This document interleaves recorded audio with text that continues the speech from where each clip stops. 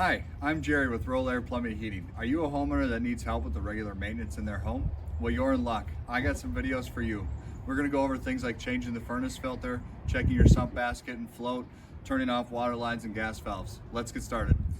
Today we're gonna be showing you how to identify the shutoffs for a toilet or a sink in the bathroom. If you need to shut them down due to leaking or anything like that, what you're gonna look for is a valve. If we're looking at a toilet, it's going to be on the left side coming out of the wall. This one, you twist clockwise to go in.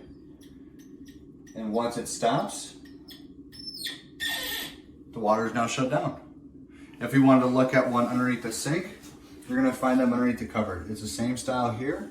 You're just going to turn it until it stops. Once that is done, you have no water going to that fixture anymore. Have a nice day.